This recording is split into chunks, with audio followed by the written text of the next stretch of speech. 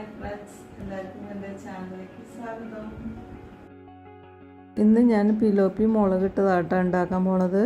നമ്മുടെ തൃശ്ശൂർക്കാർ ഇതിന് പിലോപ്പി എന്നാട്ടാ പറയുക. പിന്നെ ചില സ്ഥലങ്ങളിൽ തിലോപ്പിയാന്ന് കേട്ടിട്ടുണ്ട്. അപ്പോൾ നമുക്കിത് വൃത്തിയാക്കി എടുക്കാം. അപ്പോൾ പിലോപ്പി ഇവിടെ കഴുകി വൃത്തിയാക്കി വെച്ചിട്ടുണ്ട്. അപ്പോൾ അതിനാവശ്യമുള്ള ചേരുവകൾ എന്തൊക്കെയാണെന്ന് നമുക്ക് നോക്കിയാലോ. സവാളയ്ക്ക് പകരം ഞാൻ കുറച്ച് ഉള്ളി നന്നാക്കി വെച്ചിട്ടുണ്ട്. പിന്നെ ഇഞ്ചി, വെളുത്തുള്ളി, പച്ചമുളക്, കറിവേപ്പില. നിങ്ങൾക്ക് വേണമെങ്കിൽ സവാള ചേർത്താട്ടാ. ഞാനിവിടെ ഉള്ളി ചേർത്തിത് ഉള്ളിയാവുമ്പോൾ കുറച്ചും കൂടി രുചി കൂടും, അതുകൊണ്ടാണ്. അപ്പോൾ ചട്ടി ചൂടായി വെളിച്ചെണ്ണ മൂത്ത് കഴിയുമ്പോൾ നമുക്ക് അതിലേക്ക് ഇഞ്ചി, വെളുത്തുള്ളി, ചെറിയുള്ളി, പച്ചമുളക്, കറിവേപ്പില ഇതൊക്കെ ഇട്ട് നന്നായിട്ട് വഴറ്റി കൊടുക്കാം കേട്ടോ. ഈ ചട്ടിയിൽ വയ്ക്കുന്ന മീൻ കറികൾക്കൊക്കെ നല്ല ടേസ്റ്റ് അല്ലേ. മീൻ കറി തന്നെയല്ല കേട്ടോ, എല്ലാ കറികളും ചട്ടിയിൽ വയ്ക്കാൻ തന്നെയാണ് നല്ലത്. അതിനൊരു പ്രത്യേക രുചി ഉണ്ടാവും. നമ്മളൊക്കെ ചെറുപ്പത്തിൽ കഴിച്ച മീൻ കറികൾക്കൊക്കെ എന്ത് ടേസ്റ്റായിരുന്നു അല്ലേ. അത് ഓർക്കുമ്പോൾ തന്നെ ഒരു പ്രത്യേക സുഖം.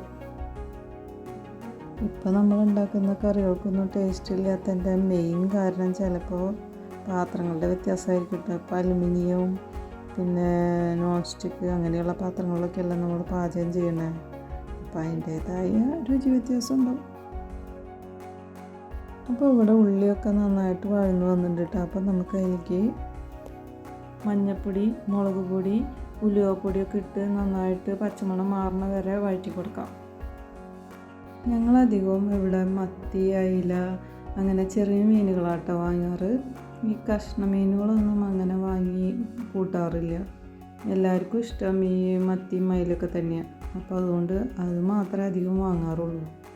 മത്തിയുടെ അയിലയുടെയും കൂടെ മറ്റ് മീനുകൾക്ക് കുറവാണേലും അതും പറയണ്ടേ. അപ്പോൾ പിലോപ്പിക്കും ആ ടേസ്റ്റ് ഉണ്ടോ എന്ന് നോക്കാമല്ലോ നമുക്ക്.